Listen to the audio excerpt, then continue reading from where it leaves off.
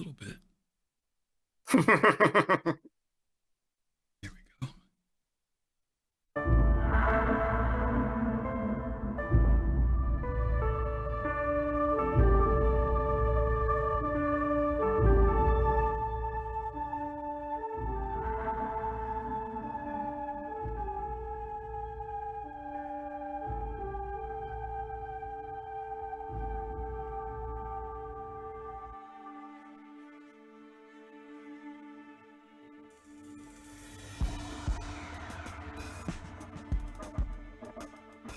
This is Rowena Dooley asking Sol citizens to report for duty.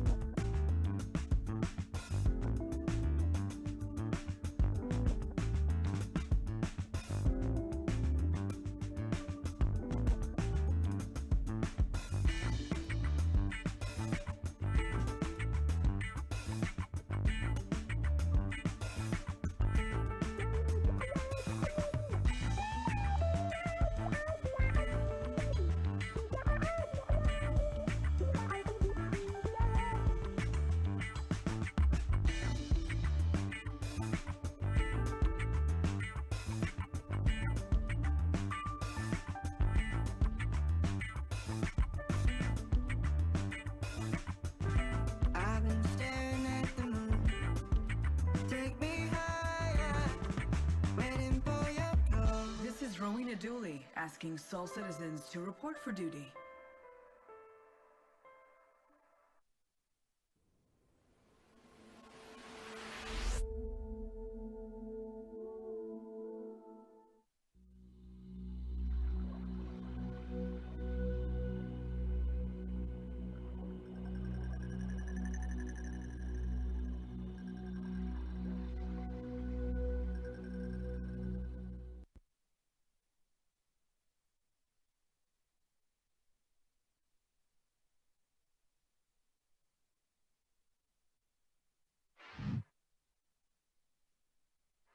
And greetings. Welcome back to the Soul Citizens. I'm Griffin Gaming RPG, and I'm back today with a couple of my good friends, Fastcart FC and Nomad1701. Gentlemen, how are you doing? Nomad first. I am doing perfectly well. Thank you very much. Yeah, I was waiting on both of you guys to say great at the same time. Oh my god. They both Wonderful. I'm mostly wonderful. Yeah.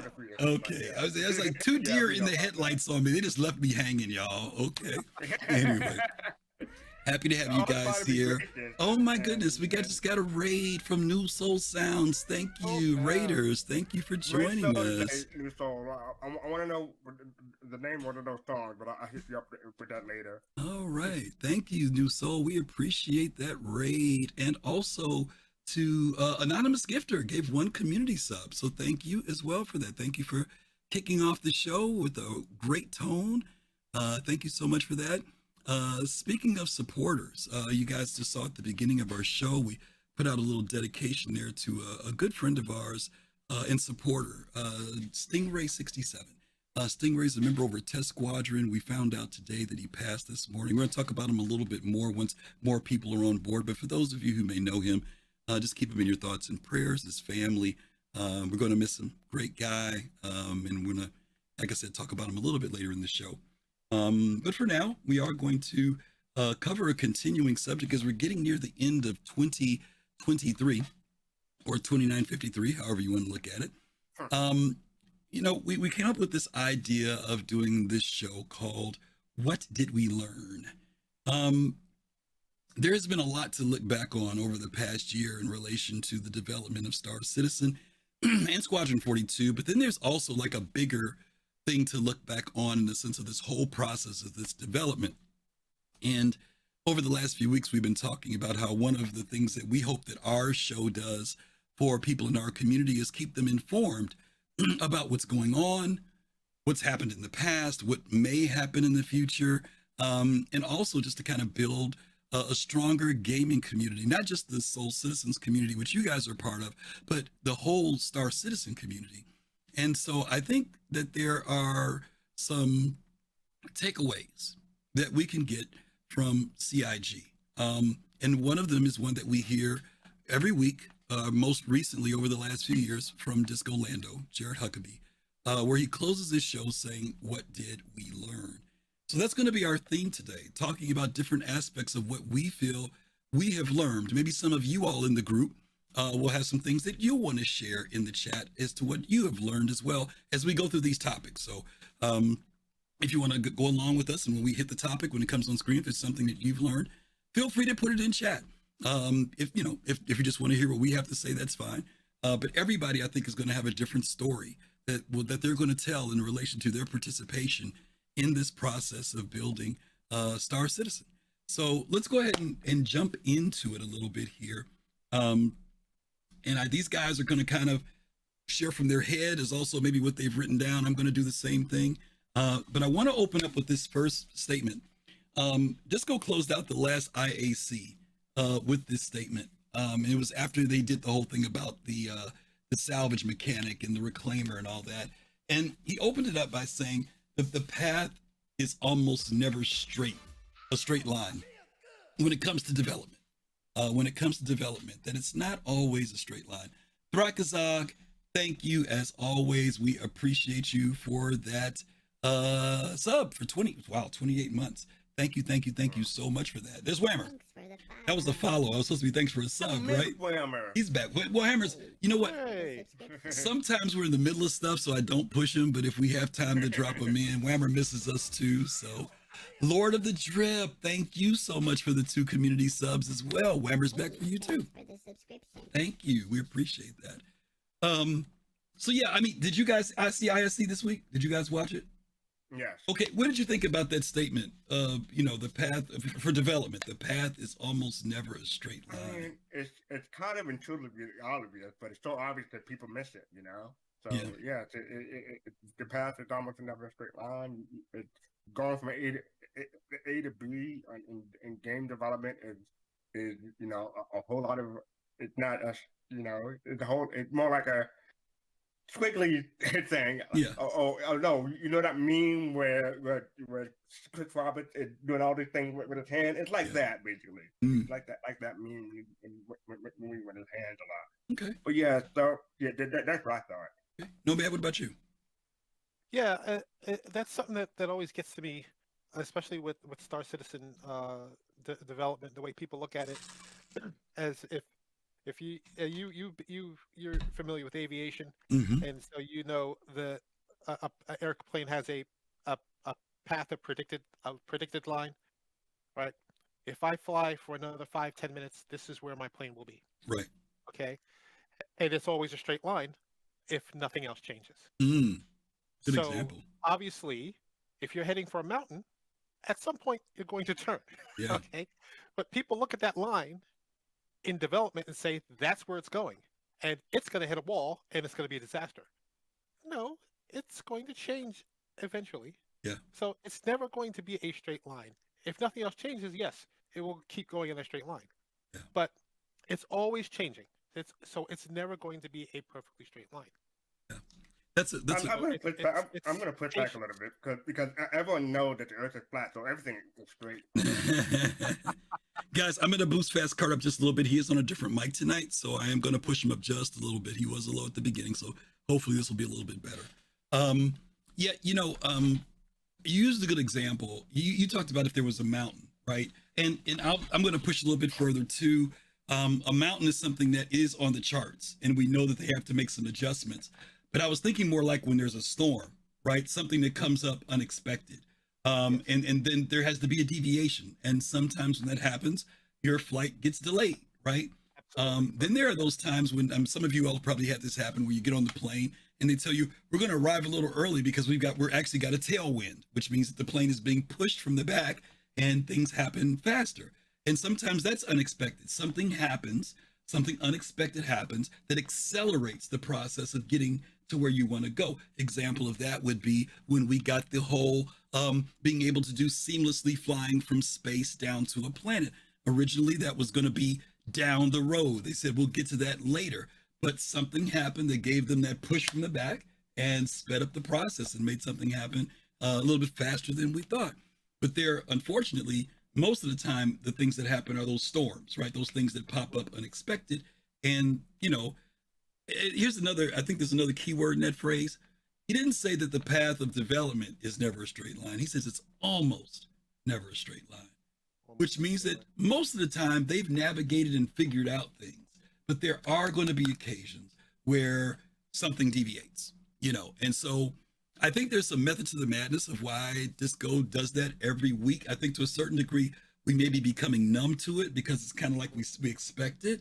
But I also think there's a process of trying to drill something, if you repeat it over and over, that maybe people will finally, it'll start to resonate and it'll start to click that this is part of development. Change is a part of development, and change is a very difficult pill to swallow. I don't care what it is in life, unless it's a change that you're looking forward to. You know what I mean? So a lot of times when change happens, it takes a little bit to do it. And I think that they're trying to constantly remind us of being aware that things can change. Okay. So let's go ahead and jump into these first topics because there are quite a few of them. I'm going to go with you, Nomad, first on this one.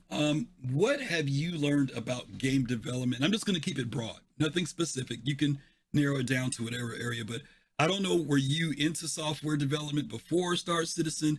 Were you a backseat quarterback kind of, just reading stuff, or were you completely oblivious to the process of game development? What's something that you would say you've learned? And by the way, how long have you been in this whole Star Citizen thing? You got in back when? 2012. Okay, so you've been here for the whole duration. All right, so you probably got an interesting scope there. But what's something that you probably say is your takeaway of what you've learned about game development in general? Game development is extremely difficult. Okay. I've spent most of my career, well, I actually started my career in IT, in game development. I was not a developer. I'll put that right out. I was just the guy who built back then in the 1990s, right? I built the computers for the developers and the artists in a video game developer. We did Nintendo games, Game Boy games, and we started to go into PlayStation games. Mm-hmm. I was there at the beginnings of that as a technical support guy. Okay. In a couple of different companies. I moved to Texas and continued on desktop support for another video game developer. We did the Terminator game for Xbox and PS3 at the time, and so I have a lot of friends who are all in, they're artists and they're developers and programmers and engineers in all over game development. Mm-hmm. So I got a firsthand look at how the sausage is made, as it were, and it is extremely difficult. It is very, very difficult.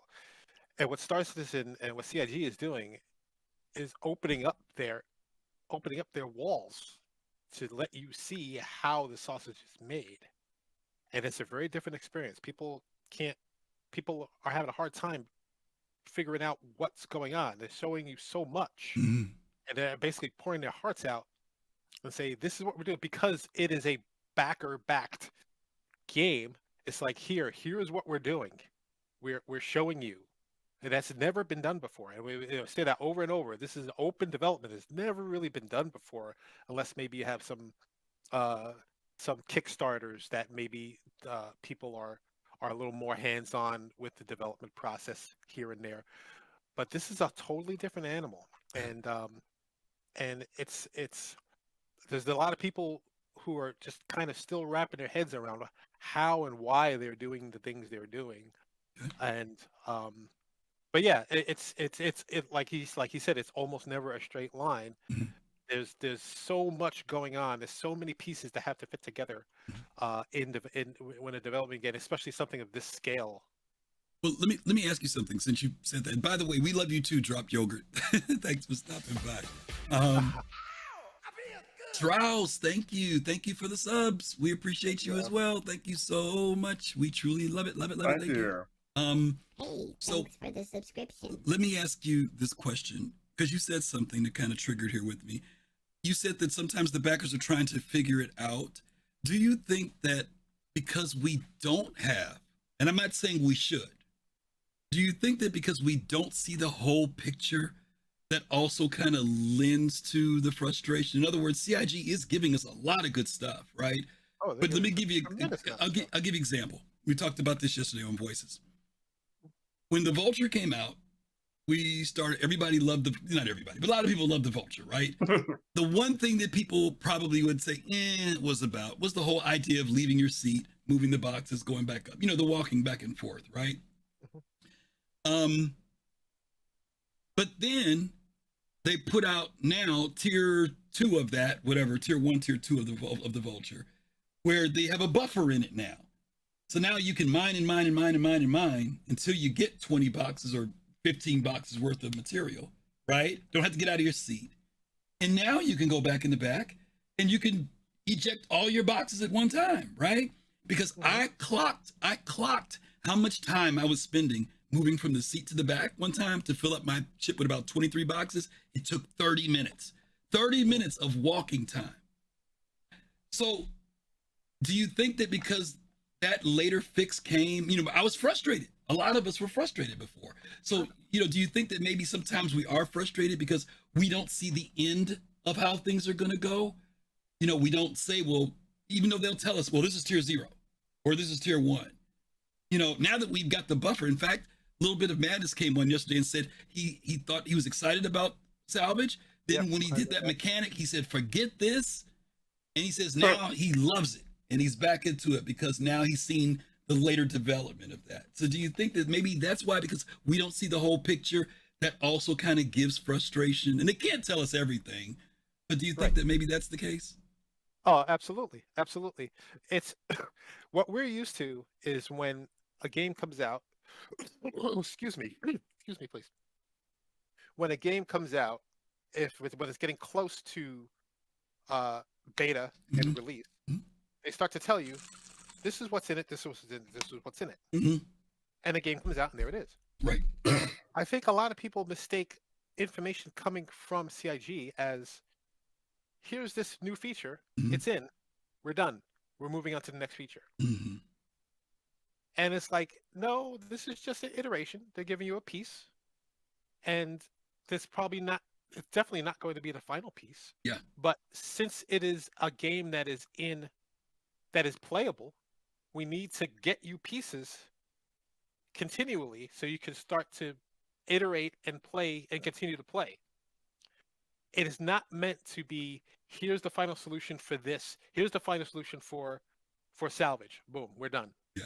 I think some people think that, and they say, you're going to cause your ship to kind of vibrate and poof. Yeah, it's a different mechanic to get a step toward what they really, really want to, this destination they really want to go. Right. But they have to give it to the player base.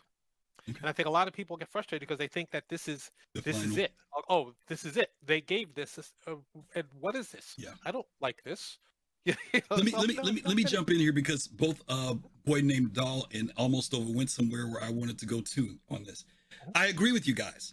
In fact, that's the point. I'm not saying that the buffering system was in their plans. I'm saying they said, here's tier 0, here's tier 1. We're giving it to the community. Maybe we'll come up with something. Maybe the community comes up with something. And all I'm saying is we don't know what the end result is. And there are times when maybe CIG doesn't. So I would agree with you 100%. Maybe that's what it took, because here's the kicker. For me as a salvager, I didn't mind the walking. I thought it was like, but it didn't stop me from salvaging. I was still salvaging. It did not pay. I said, okay, 30 minutes. Let me factor 30 minutes into the process, or maybe let me figure out a different way of doing it. That's part of your gameplay. Yeah, maybe I'll bring Nomad on and let him work in the back and we'll double the time. It did not bother me. The thing that it did do was for people who were not like me, people who were not salvagers, or maybe people who just didn't want to do that. And maybe CIG did hear the people like Little Bit of Madness and other people, and then they said, "Well, yeah, we've got our what's it called? Our analytics say that there's a certain amount of people that were doing this, and now it's fallen off.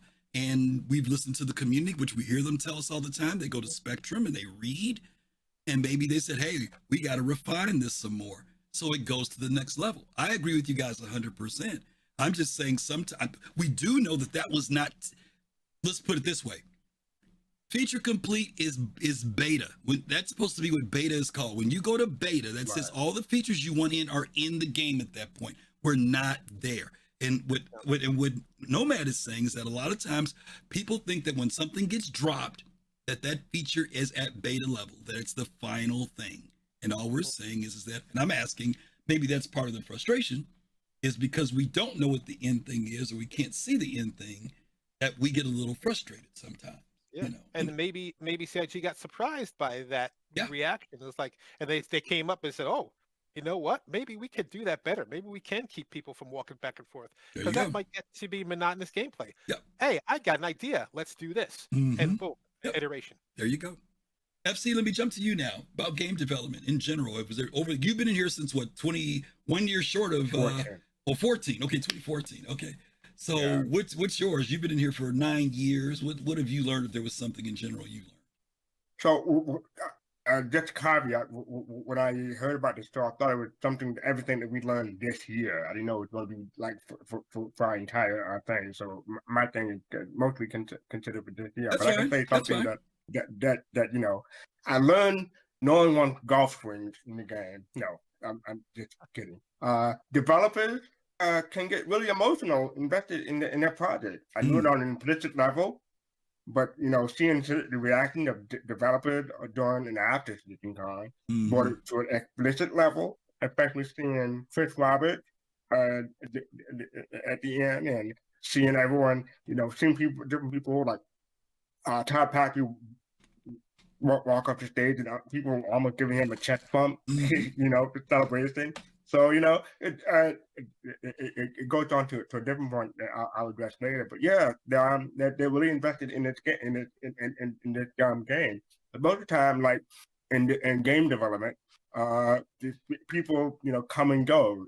That is something generally it would happen in game. But this is a project where people tend to come in, stay, or it depends on the job or what they got to do, but people tend to stay with the project for a while.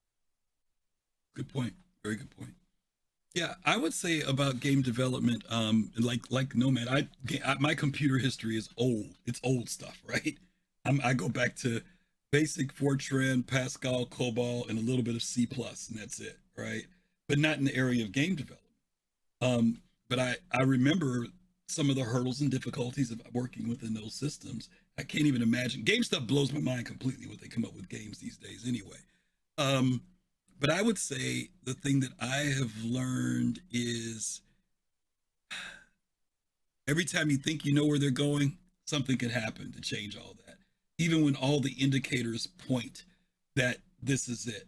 I remember when we had those terms called the Jesus patch back in the day.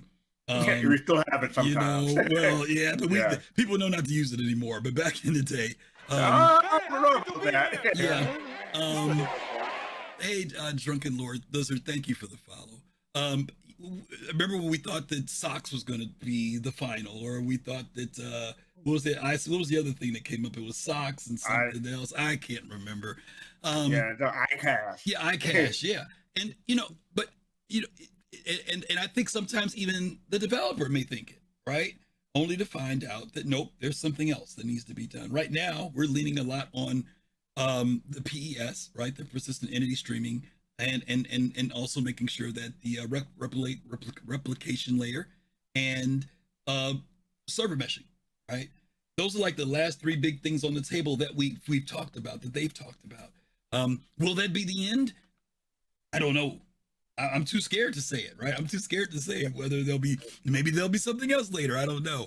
But what I have learned after being here, and I've been following since 2012. I signed up in 2013 or 14. I can't remember. I never can. I'm getting old. But over those years, and maybe in some ways, that's kind of what's made me be a little bit more forgiving, for lack of a better term. And I've learned to be that way. It wasn't that way in the very beginning, but over time, I think since 2016, to be honest with you, since the sandworm, I actually became forgiving after the sandworm. I really did. So, okay, let's go on to the next one here. I'll start with you, FC, this time around. What have you learned about Star Citizen, in particular, the PU, the PTU, or Evocati? I'm talking about actually, the game, that how we test, all that stuff. Well, I took it to a different level, but according to Star Citizen Live, vertical vehicles do not work in this universe. But that was just a Star Citizen thing. But no, Quanta in particular, that's why I wanted to take this. Quanta is complicated and something. I don't think we're gonna see what we call it NPCs to this level in an MMO. Like we typically see NPCs to this level in single player games, or maybe co-op, like limited multiplayer, but nothing for this extensive to an MMO. So I learned that the Tony G presentation, was it 4 years ago now, that about Quanta is going to be really impressive to see when it's fully implemented. Okay. Nomad, on you. I don't know. I just look at it as one gigantic project. There's nothing specific that I learned about PTU or Evocati. I follow the game from a safe distance. Okay. I take in a lot of content. I watch you guys. I watch Super Mac Brother. I watch I take in as much as I can, and then I just chew on it. I guess I just have patience. I'm really not worried. I've never really been worried about the project in general. I never have been. I've always had faith. Yeah, I start to this is taking a long time, and I sit there like, yeah, I am actually getting older. And it's taking a long time, but I observe the game from a safe distance, and I see the progress, and I'm very happy with the progress from where we were, to where we are now. I am still very excited about this game, especially with Squadron 42 on the horizon, and what resources that's going to release. That's going to come, all these things that are going to come over into the PTU. That part of it really got me excited. Okay. When to see all those pieces and all those mechanics come over and start to support the PU. That was just like, I was like, all right, this is here's where we start going down the runway a little bit faster to take off. Still gonna be a ways down, but I can sense it happening way better, and I'm very, very excited. And I'll just say that when I started this project, my hairline was here, now it's all the way back here. I don't know about you. Yeah. I had less gray, that's for sure. Yeah, really, gray has definitely gone more. Yeah. I would say I'll break mine down to all three of these categories, to be honest with you. I'll start with the Evocati. I have learned that Evocati is not necessarily something to be desirous of. What the Evocati do exceeds what most of the backers think. I remember when the Evocati was implemented, there was huge pushback from some of the community feeling that for some reason the Evocati were gaining first access to the game, that they were playing things and seeing things that we were not being able to do, and we were backers just like them. Why do they get to go in and do it and we can't? And then you talk to someone who's Evocati and they tell you what it is they do, and you're like, no, thank you. You know, to be told to log in and go to the clothing store and do nothing and buy clothes until we tell you to stop, and then they shut the game off, or to tell you to put in the new launcher and just keep launching in and out of the game, in and out of the game, in and out of the game until we tell you to stop. That's not playing the game. That's doing a whole lot of stuff that most of us would not care to do. So a special shout out to them, because they are the first wave of people who take a very, very buggy, broken game. We complain about the PTU, but it is broken when they get it. And they put in many, many hours. And this is not, for some of them, it's been hours for years. Literally, for years, they have been doing this unpaid to help expedite getting the game in. The second thing would be the PTU. The fact that the PTU is a very interesting place. It is a place where there's a lot of excitement when patches come out, and understandably so, because we get to see what CIG is considering and working on, and it's pretty much hopefully honed to the place where they think it's releasable enough for us to see. So that's always interesting to me. And then there's the PU, and the PU has been interesting to watch that grow over the last few years. I think in 3 years ago, 3 or 4 years ago, our population was around 1.7 million registered folks. And you guys know some of those are duplicates. We understand that it's not 1.7 people across the board. But we're at 5 million now. And that's just within the last 3 years. And to see that level of growth happen, and for people to be able to come into the PU and play the game and enjoy it, still have bugs, obviously. But the fact that this is still all under the banner of alpha is something, all three of those categories. And it's still a very tough thing. We've said this before. It's a tough ride to go through this development process. But for me, it's been interesting on a historic level. We're going to be doing a show later on called Backers and Investors. But on a historic level, I think sometimes that maybe we forget that if this thing is what we're thinking it is, Fastcart, you said it earlier, this may change the face of gaming. And to think that we are actually a part of it and have contributed to it and have added to it, whether your contribution is a comment on Spectrum or financial or the community, maybe later on that'll be the thing that comes out of this when it's all said and done. Maybe that'll be the cream that rises to the top, that you can actually say, I was a part of that. You know, I remember when that happened. You know, it's kind of like I can say I stood in line for Star Wars in 1977, you know. You know, you'll be able to tell somebody that, man, that game changed the way gaming was done. So that's one of my things. Okay. All right, let's hop on to the next one. What have we learned about lore? Nomad, I'll go to you first on this one. Any lore in particular that highlights for this game for you, or some particular lore that you really like? Lore is something that's so deep. I actually never really paid too much attention to the lore aspect. Mm-hmm. I was more interested in just the technical aspects of the game. Mm-hmm. But the lore is so incredibly deep. Mm-hmm. That is, it's amazing. I didn't realize how deep it was until you hear those guys on the lore team talk about it.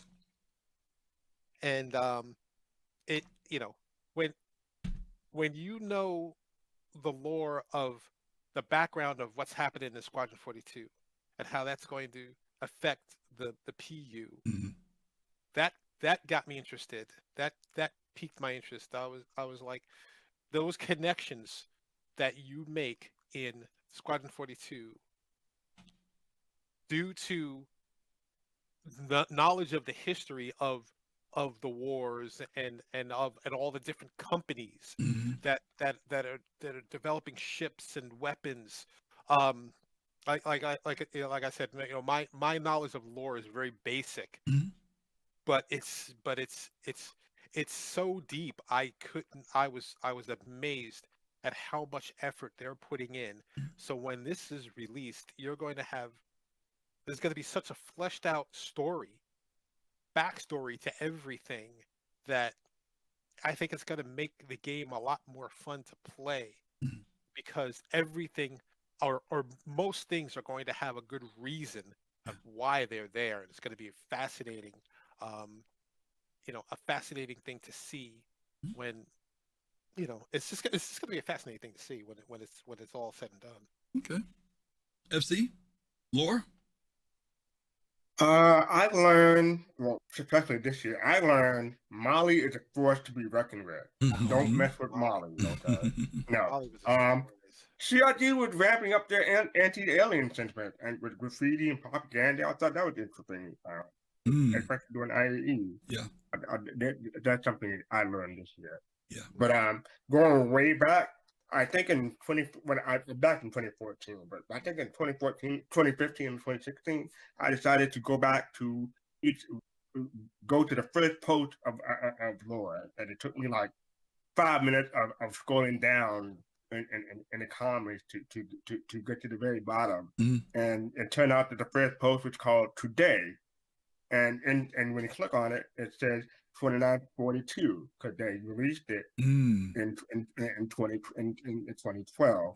So what that tells you is that's when you figured out that in the game universe it's now 30 years in the future. So we get to play around in the future, and that's when that was the first. That's the very first lore post that CID posted. I thought that was pretty neat. Wow, I gotta look that up. Yeah, it'll take a while. Yeah, yeah. I think Charles DCI said something that I laughed when he said it, but it's true. He said he's learned that lore is also in alpha, which is true. They are writing it and developing it. They've retconned some things. And I know I was reading what Moriar said earlier. And Moriar, I agree with you. I get what you're saying. But I would say don't completely ignore it. There are some lore elements that are active in the game right now. Fastcart just mentioned about the stuff with Xenothreat. When we went to IAE this year, we saw aspects of lore that were scattered throughout the convention center and throughout Microtech. There are some things though that do get modified and changed and updated. And so you do have to be careful not to treat it as Bible completely because things can change. But that's one of the reasons why we have the Galactopedia. You can go back and watch, for example, those of you guys in Pyro, if you guys remember your lore from the earlier days, Pyro 3 was mostly a lava planet, kind of like a Mustafar. And they've changed that now. They've changed the dynamics of it. Some people were a little disappointed. I won't mention who, our Sith in the group, was looking forward to having his lava planet, but that's not there anymore. But anyway, lore though is deep when it comes to Star Citizen, and it will be important later. The good thing is you can play the game without knowing the lore, but I think that lore is going to be, the lore team's been around since the very beginning, literally. They've been writing, they've been writing this stuff for years. I mean, years. And to see the detail when you do start looking at it, it's pretty amazing to see what they've written and how much they've committed to it. So all we would do is just tell you to try to keep up with it somewhat. Keep up with it somewhat. I think you'll enjoy that. Go ahead, FC. I mean, before we move on, I just want to remind people, like, I wouldn't say 2018, 2019, they held up a script, I think it was for Squadron 2, and it was like bigger than a phone book, thicker than a phone book. And I think they said it was printed single line, double-sided, and it's still that big. So that's a lot to be putting into a single player game, leave alone most MMO. Yeah, it's good stuff. Okay, 1,500 pages. Thank you. Yeah, there you go. All righty. Here's a good one for you, FC. This one will go to you first this time. What have we learned about CitizenCon? Well, I learned how to spell CitizenCon because it has 2 I's. Oh, no. No, I learned about... I spelled it wrong. Oh, my God. I got a typo. No. I've got a typo in there. I've got a typo. I learned... I know a lot about stones and about hair, and I held the line from CitizenCon. So the stones and wait. This one I'm going to push you a little bit. because you're keeping it limited to this year, and I really want you to expand the scope on this a little bit. Okay, so because you've attended them and stuff. Then I was gonna say, not only did I hold the line, I also answered the call because that was back in 2016 for the Squadron 42 trailer. So yeah, I'm spending a little bit, but yeah, about CitizenCon. You've learned about the worm. Everybody, we learned about the. Hey, going. I thank you for the subscription for what? Hey, 36 months. Thank you. So, we learned about the worm 2016, and we learned that it was on Leah 3, and that was hoping for the worm to be in a pew someplace, but we don't have access to Leah. Let alone Leah 3. A lot of people missed that. So let me ask you a question. Let's go back a second. Does that lend itself to what Nomad was saying earlier? Because if you knew the lore, you would have known not to look for this wormhole anytime soon. I mean, the worm, because we didn't have Lear 3. And people thought people thought it was coming out. People thought it was coming out. Right? Okay. Some people were hoping it was coming out. Yeah, that's what I'm saying. Yeah. But one of the other things, like you know how they told Manchester in this year's thing, and they thought, oh, Manchester's going to be in the game. Then it turned out that was just a live action thing, but people thought it looked so good, I guess, that people thought it was in the game. I was one of the few who realized. I saw the data said 2023 at the bottom, so I knew it was like, oh, that's not the game, that's real life. But people were looking forward to that being in the game someday. But I thought that was cool. But yeah, 2022. I really enjoyed the updated demo. Not demo. What do you call it? The walkthrough or the fly through. Mm-hmm. Yeah. So I thought that was pretty cool. So I learned a lot about CitizenCon. That's just the presentation that I'm leaving the outside stuff like buses and stuff for later. I'm going to come back to you because you told me what you learned at CitizenCon. So I'm going to come back and give you some time because I know you told me you thought about it just this year. I wanted you to talk about what you've learned about CitizenCon because you've gone to CitizenCons multiple times. So think about it, and I'm going to come back to Nomad, okay? All right. Nomad, you give me your thought, whether you've gone or whether you've watched it. What is something that you've learned about CitizenCon?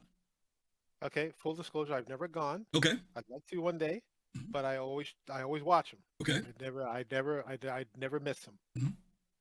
What I learned is that if there's nothing else you could take away from CitizenCon, it is the passion of the people who make the game. You're seeing people who are presenting things, especially in these last couple of CitizenCons. They're developers, they're artists, and these people on stage are not Steve Jobs. Okay, they're not Elon Musk's. There's not people who stand in front of thousands of people and give presentations. They're not TED talkers. They are just like you and me. They put in a position to talk about the game in front of a passionate audience.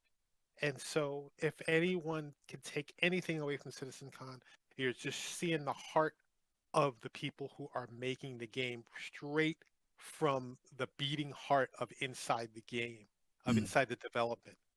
And these are real people who stutter and stammer, who are nervous, who are excited, who say okay 100,000 times. That one guy who says okay. They're people. They are real people that are behind this game, and I think really people need to understand that. Good point. FC? I learned it takes a lot to put a convention together. That's one thing I learned. It takes a lot of hard work, money, and cooperation from both the developers and the community. So that's something I learned, especially like trying to get to two things to mesh together, especially when it comes to Buzz Citizen, whether it's CIG endorsed or put together or community put together. It takes a lot of effort and just know-how to really put it together, because I put together a couple of our citizens. They were okay, and they were like, it's not really my thing. I'm not really a party planner. But some people really go all out, and that's their thing, and they can really, organize and make something worthwhile. Yeah. Okay. I would say what I've learned, particularly after attending, Fastcart and I have gone to 3 of them. And after going to this last one, and after having some conversations at the end of this last one, I have learned that CitizenCon is just as important to the developers as it is to the community.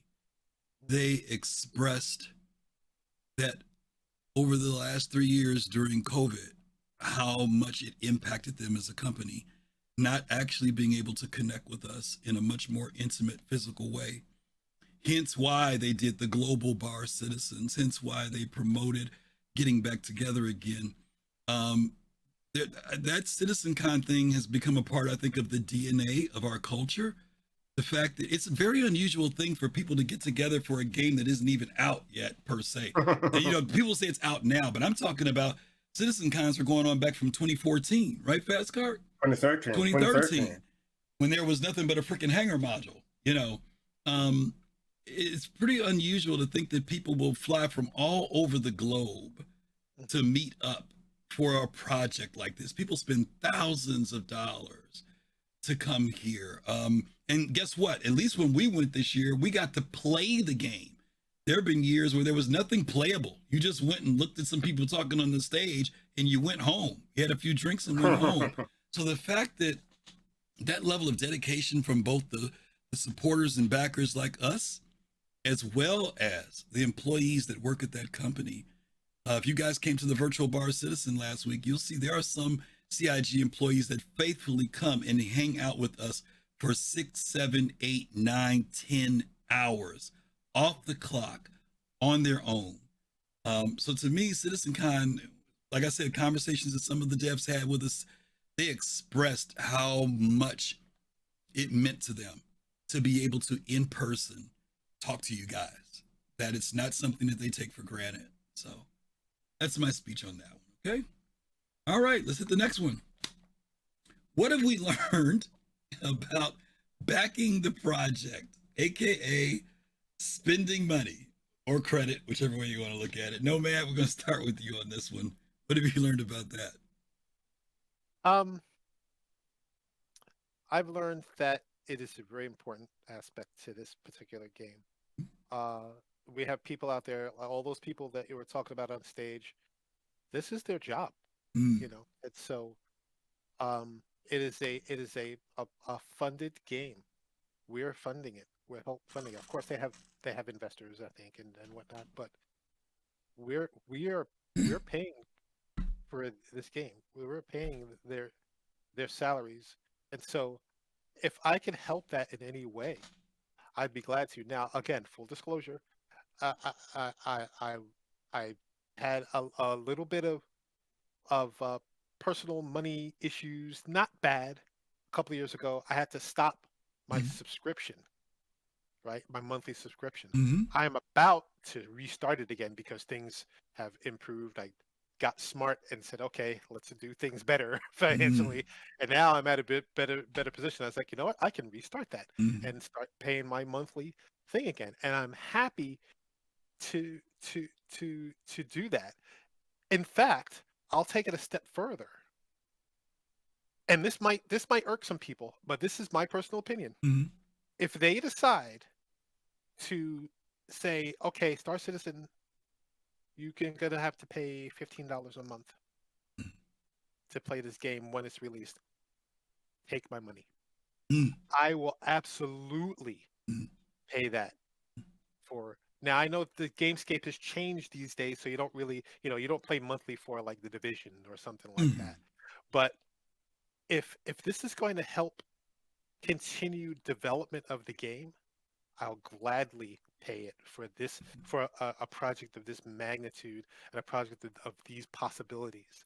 So yeah, spending money, do I buy all the ships? No, I buy the ships that I like. I have a small little fleet and I'm glad to pay it. I still want my Nutcracker Redeemer, Mhm. at some point I want to buy one because I just like it. Mhm. I like the ship, But I got, I haven't played that much, but I bought a Spirit C1 Mhm. because it's beautiful. You Mhm. see it behind me here. Yeah. Okay, I bought that.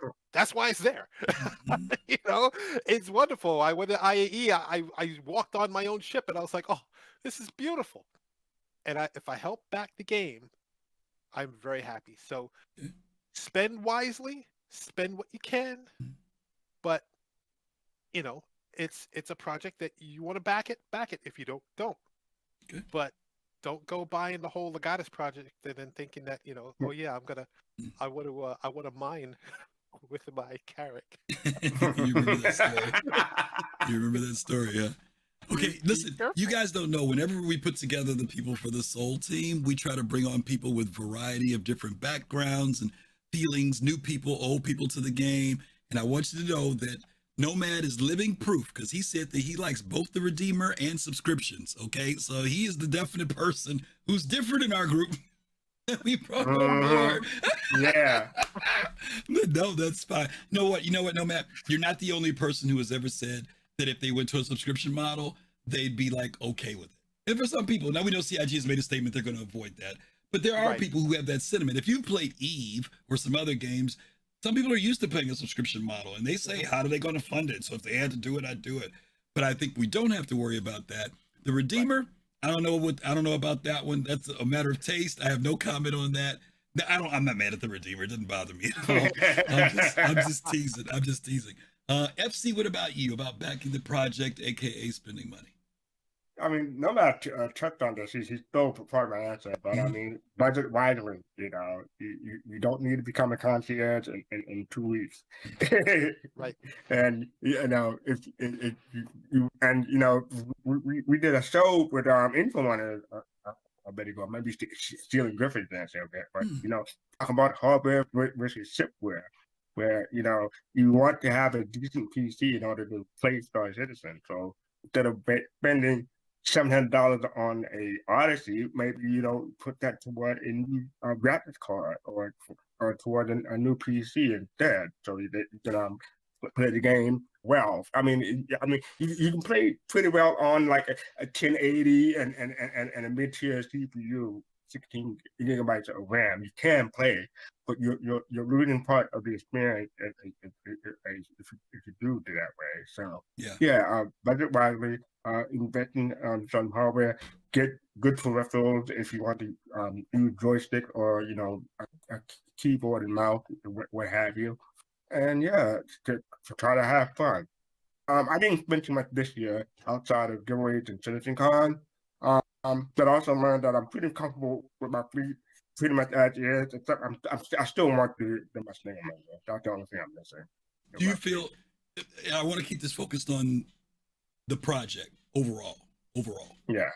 do you feel that what you have spent to support the project is, it was worth it all? Do you feel it was worth Yeah, it I'm all? comfortable. I'm comfortable with it. I Yeah. mean, every year I try to tabulate how much money I put into the game and divide it by month, and I'm still paying twice as much as a normal subscription, like $15. So I'm paying Mhm. $30 a month as opposed to $15. But I'm fine with it because I'm having fun and I get to hang out with a bunch of Yeah. great people.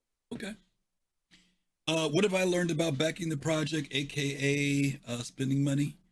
That if you cross the $1,000 line, there will be no hope for you. That's one of the first things I will say.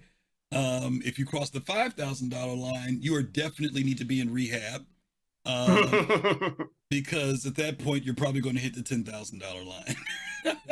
um, I think that a lot of folks who came on board with this, even if you were excited about the project, you may have saw a certain number in your head of, I'll probably spend this, or I might spend this, or I might buy that. But what I've learned is that there are two types of backers here. Well, there may be three. Actually, there are three, but I'll cover two. One of them are the backers who are very thoughtful about how they're spending money in the game. They're very particular about what they will spend their money on. And they're also very much aware that it is about helping the development of the project. But then there are those other backers who lose sight of the fact that if you're spending money on the project, your priority should be because you're supporting the development. And quite often, that group of people are the ones who can often become much more frustrated, much more, yeah, frustrated, because they're buying the ship. And don't get me wrong, I know we use that term. We all buy the ships, right? But really, getting past the mark. Lefty says I'm investing. We are going to do a show called Backing and Investing, Lefty. Don't worry, it's coming up in January. Yeah. And you know what, Lefty, I'll give a little taste on that since you said it. We are investing. We are investing in something. We're not investors, but we are investing in something when this is all said and done. And hopefully we're investing in something that's going to be pretty significant.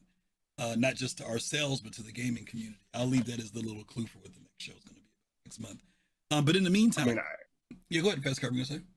I've invested my feelings and not heart and soul, but a lot of time into this project, and I feel it's worthwhile. Yeah, and you know what? There's a scripture in the Bible that says, "Where your heart is, your treasure is," and we all kind of invest money into things that we believe in, things that are important to us.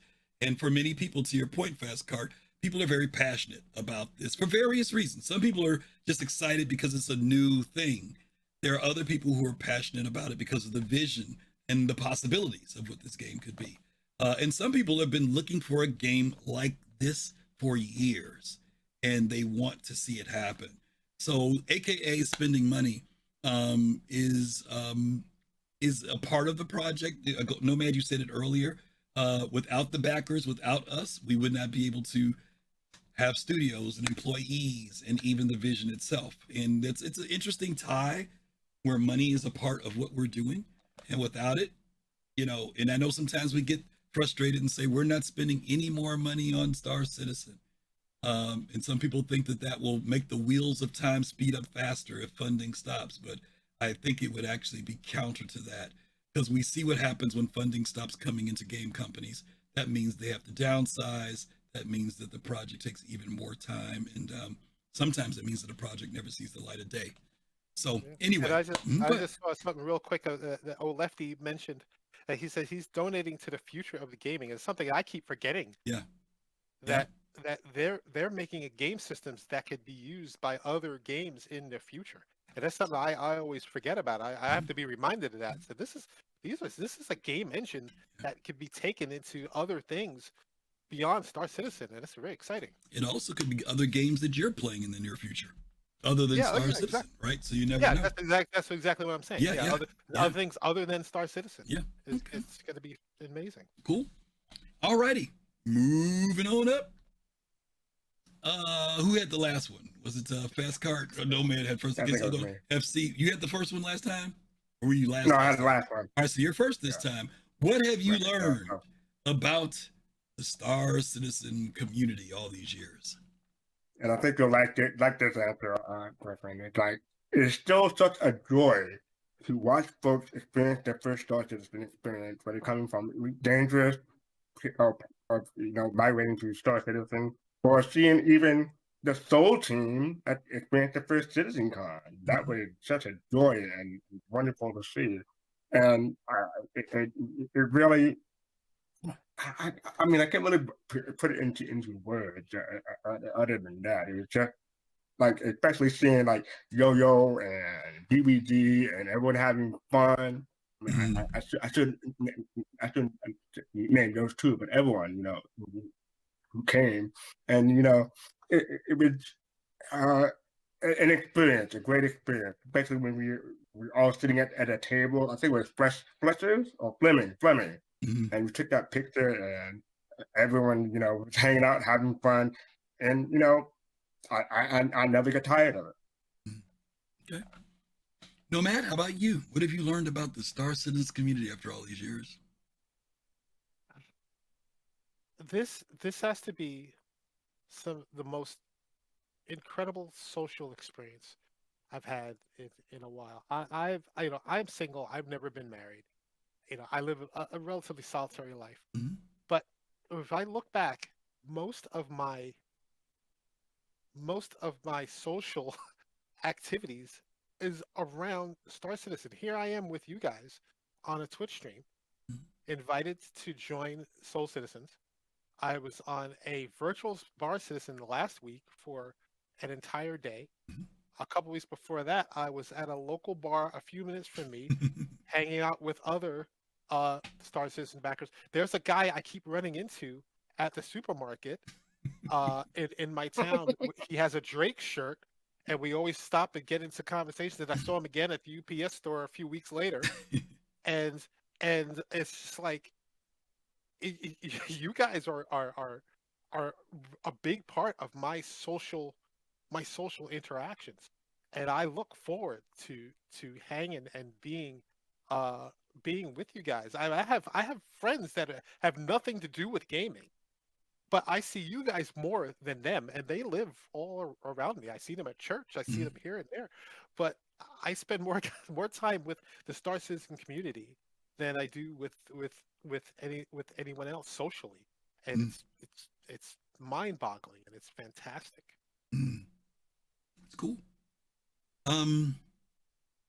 For me, it's interesting. I've been in a few gaming communities. I was in one for EverQuest 2, and I was over an org in Star Wars Galaxies. I was in an org in Elite Dangerous. I was in an org in Eve.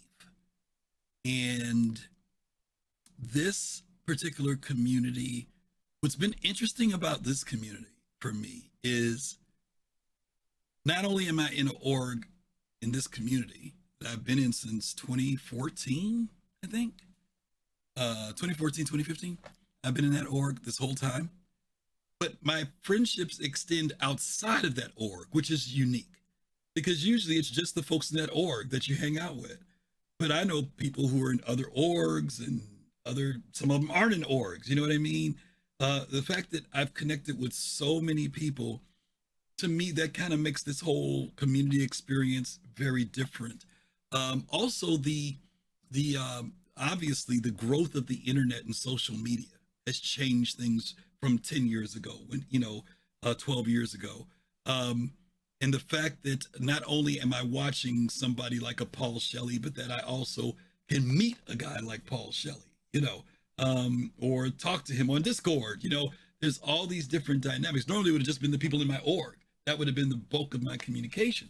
So the fact that there are people who come and hang out with us that are from different orgs, and there's not this rivalry thing of, oh, you're in somebody's org, you can't be here. When we went to CitizenCon fastcart, the marketplace, right? Everybody in the different orgs came over and talked to people. Nobody was so, it wasn't like the people from ADI weren't talking to the people from Test. I mean, it's just a different feel altogether. And maybe it's because we're all taking this journey together. Some people have been here, like, Matt, since the beginning. Some people have just come in. Fastcart, you were talking about the Soul Citizens going there. Yo-Yo Meg's been in the game like 2 years now. You know what I mean? And she's an up and coming streamer, and she got to come in and be welcome and embraced in the community just as much as us old guys who went to our first CitizenCon back in 2016.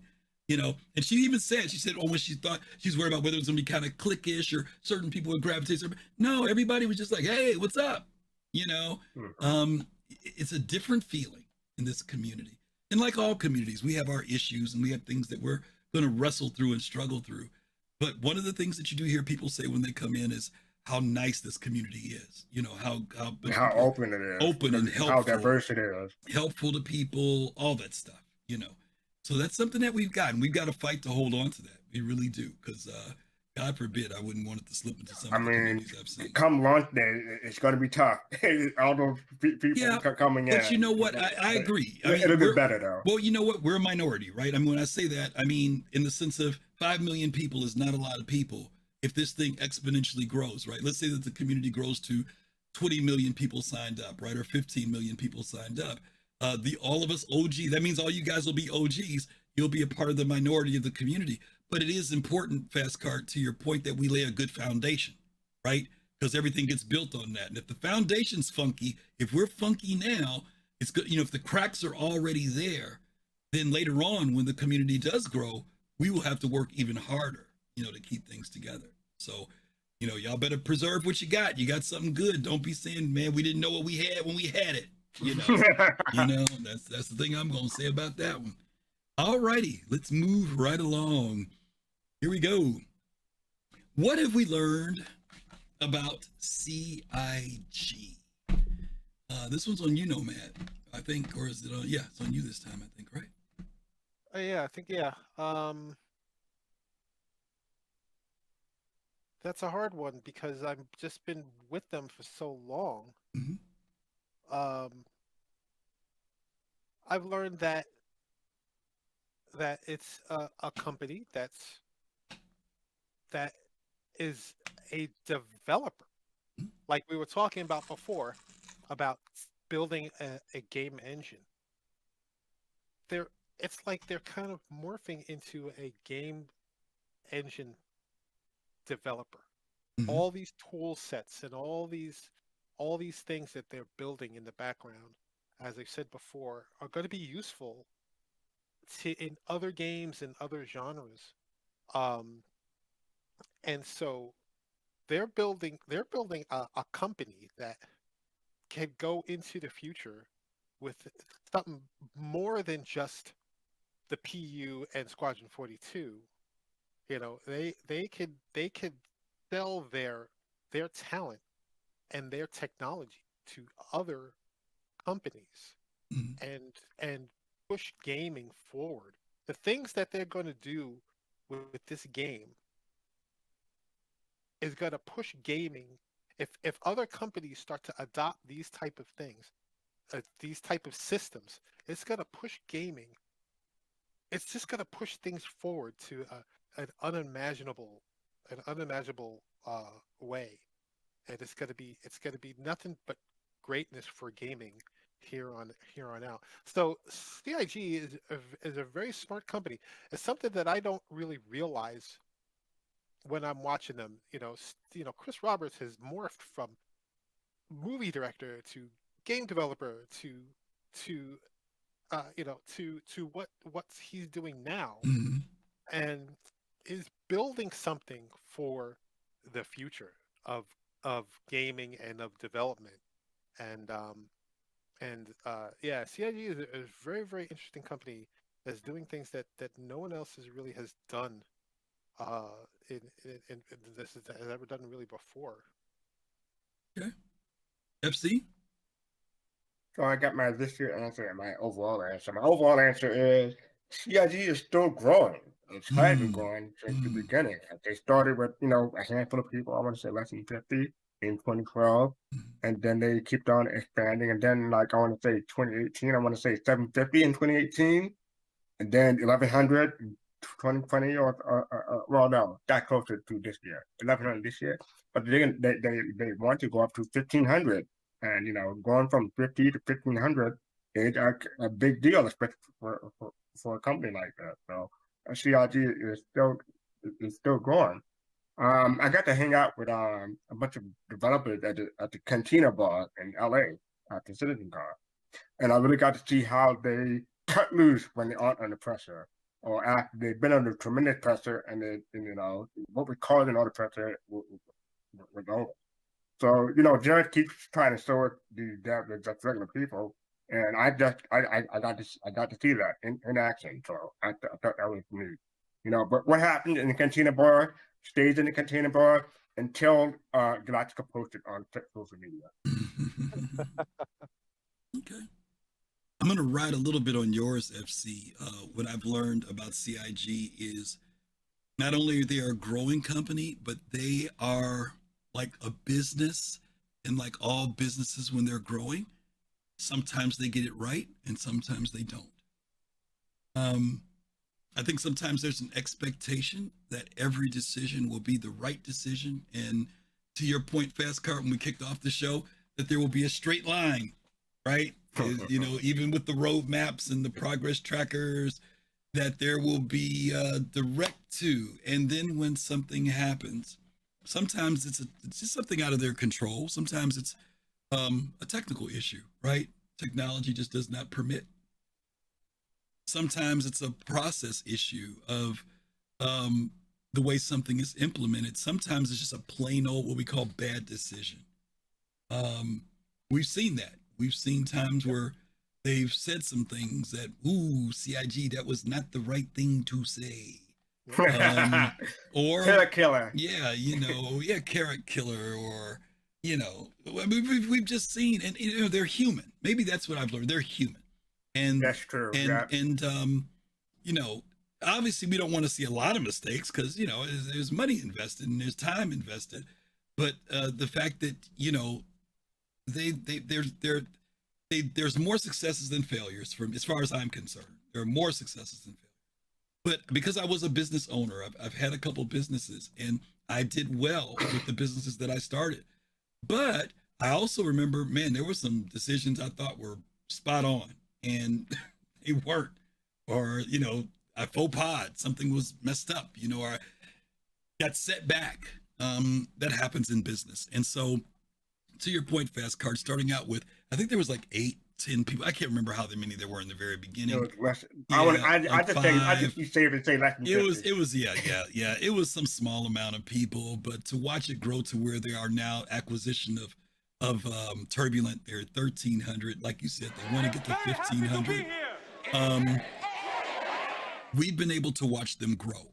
And for many people who may have come in the years you're talking about, fastcart, like when it was around 700, 800 people, that's kind of for many studios, that's a huge studio. Some studios are much, much smaller than that. But they're also taking on a very ambitious project, multiple projects simultaneously, not to mention whatever else they could be doing and brewing. Everything from, like you said, Nomad, from building tools, right, to working on the next 2 games that they've told us about, and maybe any prospects of things that could happen later. Partnerships with Amazon, partnerships with Intel. They got a lot going on. But we'll see how this all pans out. But the thing I have learned is they are a company that is growing, and we're taking that journey with them, both in successes and sometimes when the failures happen. Okay. All righty. We are on the very last topic, believe it or not. This one's going to hit these guys a little differently because it's an introspective question. What have you learned about yourself as a backer?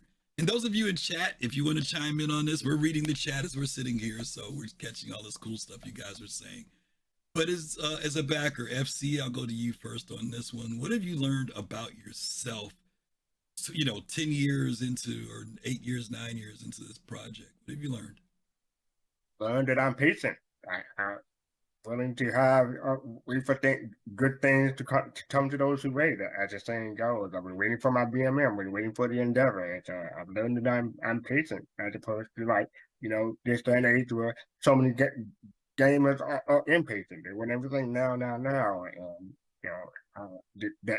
I'm not trying to say it surprises me, but I think that's something that sets me apart from most gamers, not just in Star Citizen. I'm talking about gamers as a whole. So I'm patient, but there are still some things that I still can be impatient about, like the FHC Lightning sale.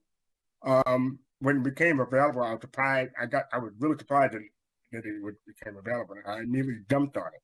And Jay, thank you for giving me the golden ticket for it. But instead of getting the $300 credit one, I decided waited and got the $260 more.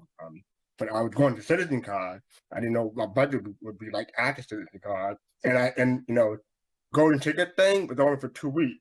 So my impression was that the FHC Lightning was only going to be available for 2 weeks. But then they said later, after I already gotten it, that it was only available for a month.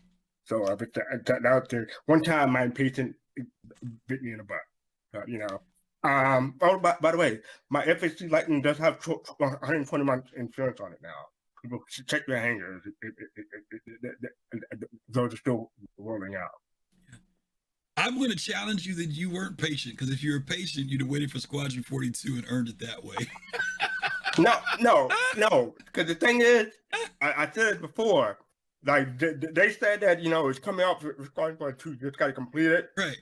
I don't know what the plan is, so I'm paranoid that they're going to say, you have to complete it on hard mode, or you have to complete it on insane mode. Right. You'd have to be patient. You'd have to be patient and work to it. There's no way I was going to. You'd have to be patient and work to it. See, that shows you had no patience. I know. Okay. All right, Nomad, how about you? What have you learned about yourself after these 11 years? 11 years. What have you learned? I've learned that I don't really use my brain. Okay. There's a reason. Everything I do in the game is for my heart. Mm. I buy ships because I like the ship. I very rarely look at the analytics. What kind of shields does it do? What kind of role is it going to have? What is it? I've been scolded by people sometimes. It's like, well, what are you going to do with that ship? It's not going to have this and this and this. So I know I bought it because I like it. I bought my Mercury Star Runner out of pure passion. Mm.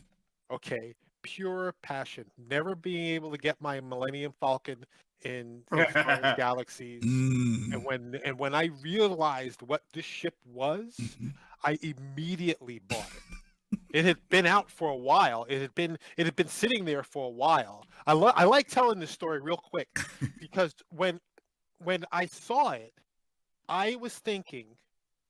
I wasn't paying great attention to new ships coming out. So the images started coming out of this cool looking little ship. Mm-hmm. And I say little, that's a very important word, little, because I had maybe just recently saw The Empire Strikes Back.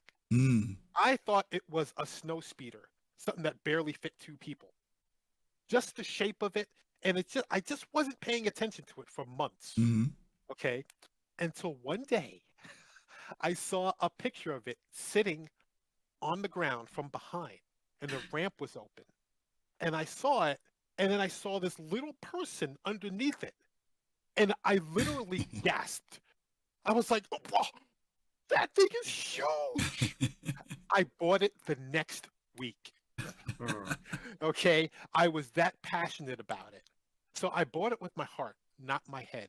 That's why I bought the Spirit C1, because I like, if there's going to be any analytic from me, I want to focus a little bit on cargo running, not huge hull E type expansive cargo, but I just want to run some cargo. Yeah. And so I saw the Spirit C1 and I was like, perfect. I want that. Boom, got it. I've talked about the Redeemer. I just like it. I don't like the Nutcracker engines. Okay, I really don't. But the rest of it, something about the shape language, I really like it. And I really want one. I like the interior. I like the way the interior is laid out.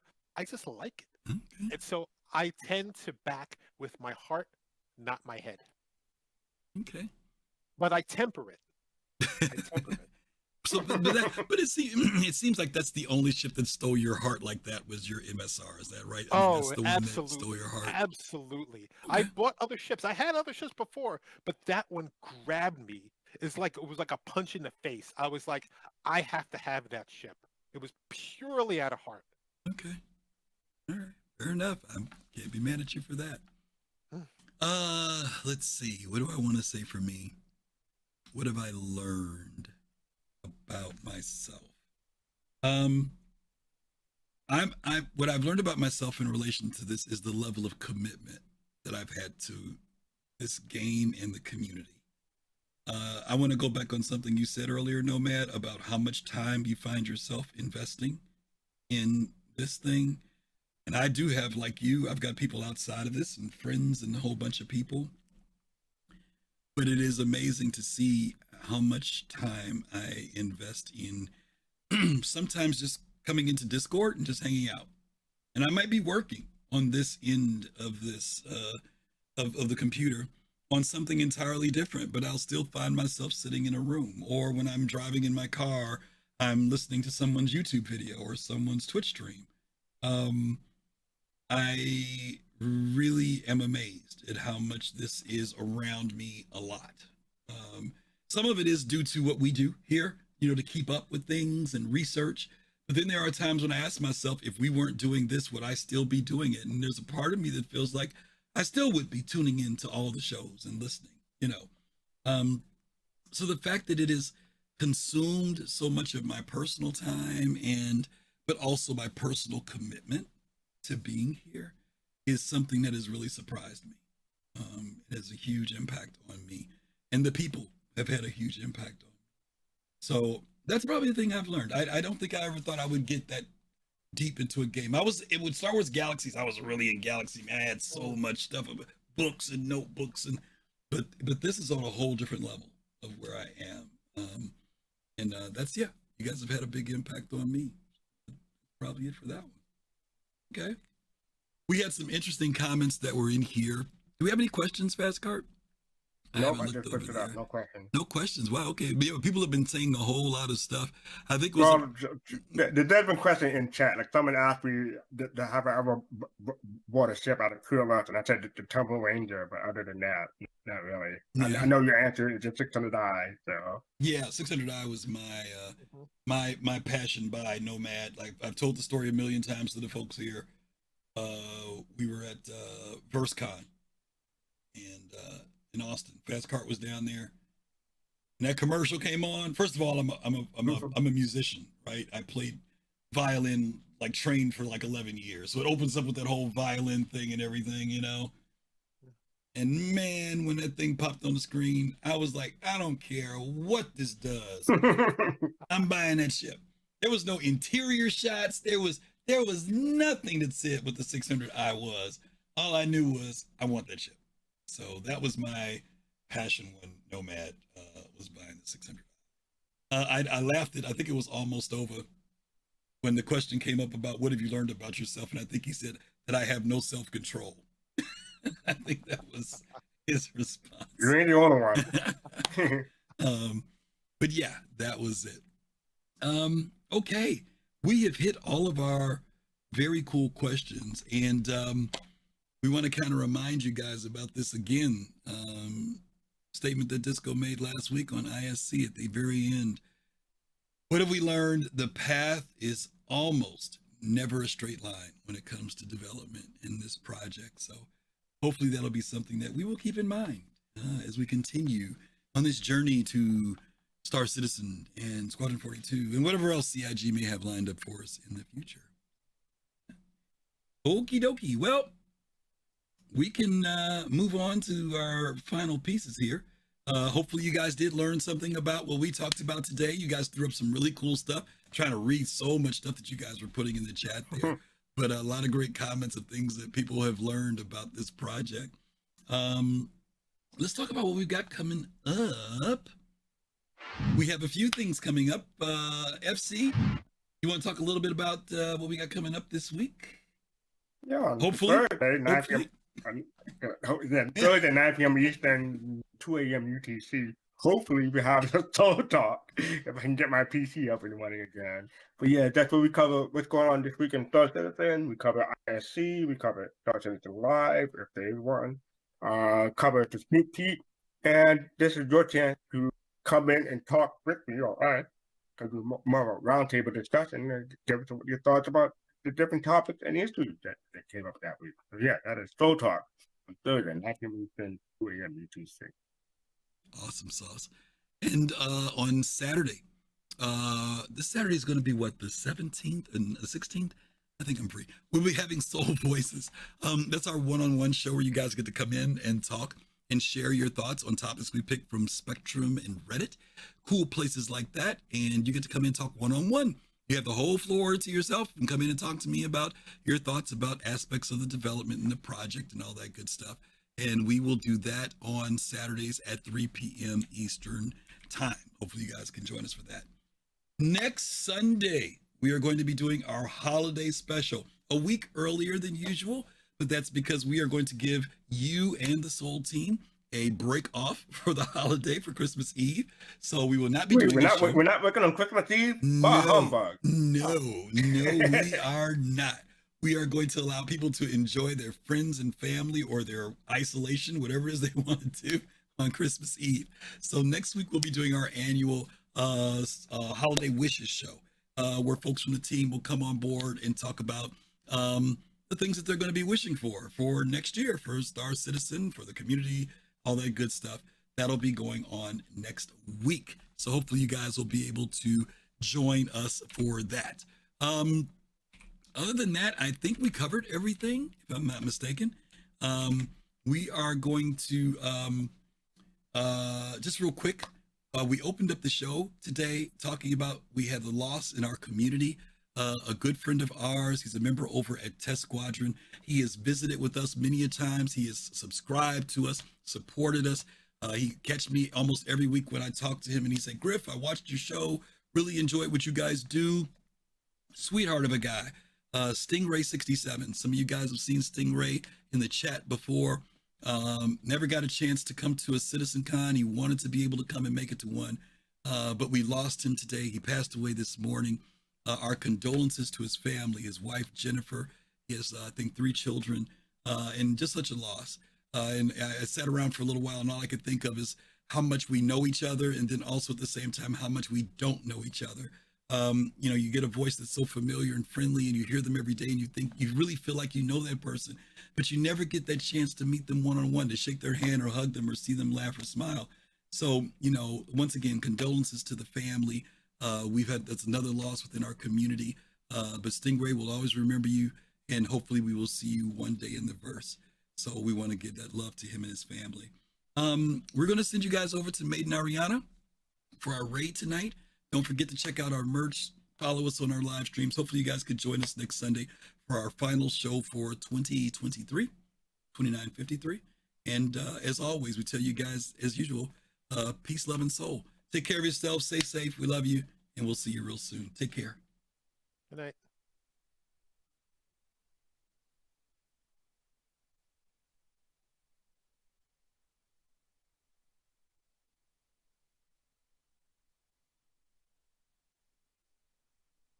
You got landscape pictures. Sure, why not?